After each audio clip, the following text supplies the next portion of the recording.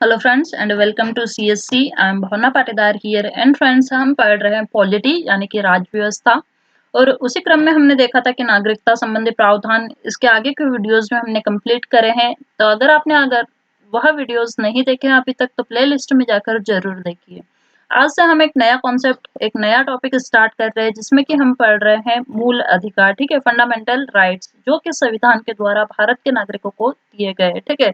तो क्या-क्या कौन-कौन से मूल अधिकार हैं, कौन से फंडामेंटल राइट्स हैं और कौन से आर्टिकल्स यानी कि अनुच्छेद में दिए गए हैं, यह सब देखेंगे आज के वीडियो में हम, ठीक है। तो आइए स्टार्ट करते हैं आज का हमारा वीडियो, लेकिन उसके पहले आप CSC the education revolution channel को लाइक, शेयर और सब्सक्राइब करना ना भूलें। साथ में बेल आइकन भी प्रेस करें ताकि आपको हमारे लेटेस्ट वीडियोस की नोटिफिकेशन मिल सके। तो फ्रेंड्स देखते हैं कि मूल अधिकार यानी कि फंडामेंटल राइट्स क्या होते हैं, ठीक है। किसी भी लोकतंत्र की सफलता या असफलता इस बात पर निर्भर करती है कि उस देश की जनता को आमतौर पर कौन से अधिकार उपलब्ध है, ठीक है, कौन से विशेष अधिकार उपलब्ध है। तो यह देखने के लिए क्या कि लोकतंत्र की सफलता या असफलता कौन डिसाइड करेगा, वहां के मूल अधिकार जो उस देश की जनता विशेष को प्रदान किए गए, ठीक है। अगर किसी भी देश लोकतंत्रात्मक देश के नागरिकों के पास मूल अधिकार दिए गए हैं तो फिर वहां का लोकतंत्र सफल माना जाएगा, ठीक है। अगर नहीं है तो फिर वहां पर तानाशाही होने का, सरकार अगर तानाशाही हो जाए इसमें कोई दो राय नहीं है और निरंकुश हो जाए तो फिर वह क्या होता है कि नागरिकों के उस स्थिति में नागरिकों के पास मूल अधिकारों की कमी होती है, ठीक है। तो लोकतंत्र की सफलता यानी देश की जनता के पास मूल अधिकारों का होना, ठीक है। नागरिकों के व्यक्तित्व का अधिक से अधिक विकास करना लोकतंत्र का उद्देश्य है। तो लोकतंत्र का उद्देश्य क्या है? लोग, ठीक है, हम लोग से समझ सकते हैं कि सामान्य पीपल, ठीक है, कॉमन मैन, ठीक है। लोकतंत्र का उद्देश्य है नागरिकों के व्यक्तित्व का अधिक से अधिक विकास करना, ठीक है। और व्यक्तित्व के विकास का नागरिक स्वतंत्रता के साथ अन्योन्याश्रित संबंध है, अन्योन्याश्रित, ठीक है। तो व्यक्तित्व का विकास नागरिक स्वतंत्र, अगर नागरिक स्वतंत्र है तो उसका विकास ऑटोमेटिक हो जाएगा। और नागरिक स्वतंत्र कब माना जाएगा? जब उसके पास फंडामेंटल राइट्स होंगे, मूल अधिकार होंगे, उसे अधिक से अधिक राइट्स दिए जाएंगे तो अपना डेवलपमेंट वह अच्छी तरीके से प्रभावशाली रूप से कर सकता है, ठीक है। तो यह होता है लाइक लोकतंत्रात्मक देश की विशेषता कि उसके नागरिकों के पास क्या होना, मूल अधिकारों का होना। नागरिकों की उन्नति केवल स्वतंत्र समाज में होती है, जन कल्याण की प्रगति भी इसमें निहित है। तो यह स्वाभाविक है कि नागरिकों की अगर उन्नति करना है तो कैसा समाज होना चाहिए? एक स्वतंत्र समाज होना चाहिए, निरंकुशता नहीं होना चाहिए, तानाशाही नहीं होना चाहिए।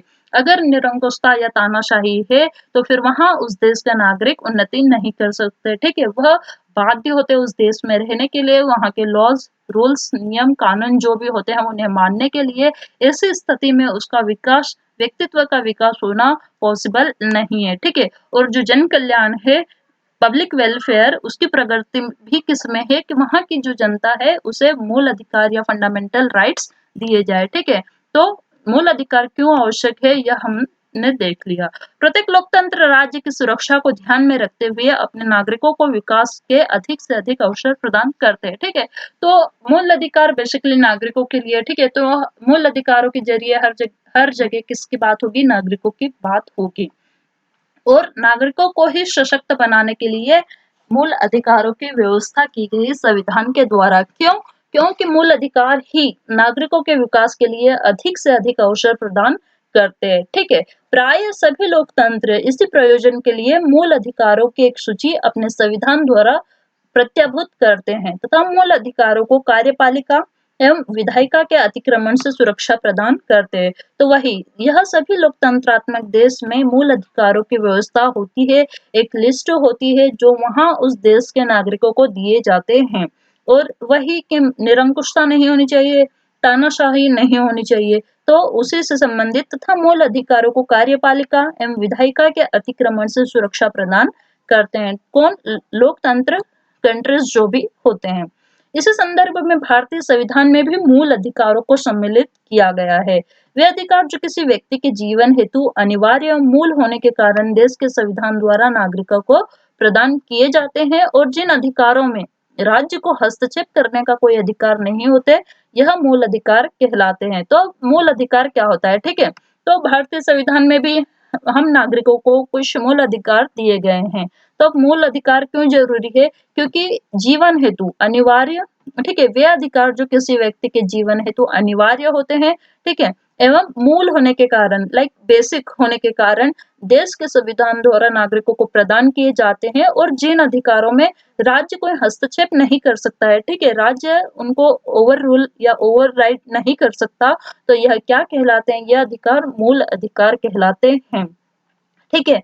होप आपको यह मूल अधिकार क्या है समझ में आया होगा, क्या इनकी इंपॉर्टेंस है यह भी समझ में आया होगा।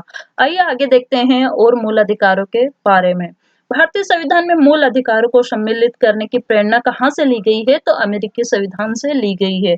हमें पता है कि भारत का संविधान कैसा है, उधार का थैला है, ठीक है। क्यों उधार का थैला, क्योंकि हमने दुनिया के, विश्व के विभिन्न तमाम संविधानों से डिफरेंट प्रावधान इसे लिए हैं, जो कि अलग अलग संविधानों के हैं, और उन सबको साथ में मिलाकर भारत का संविधान बना है।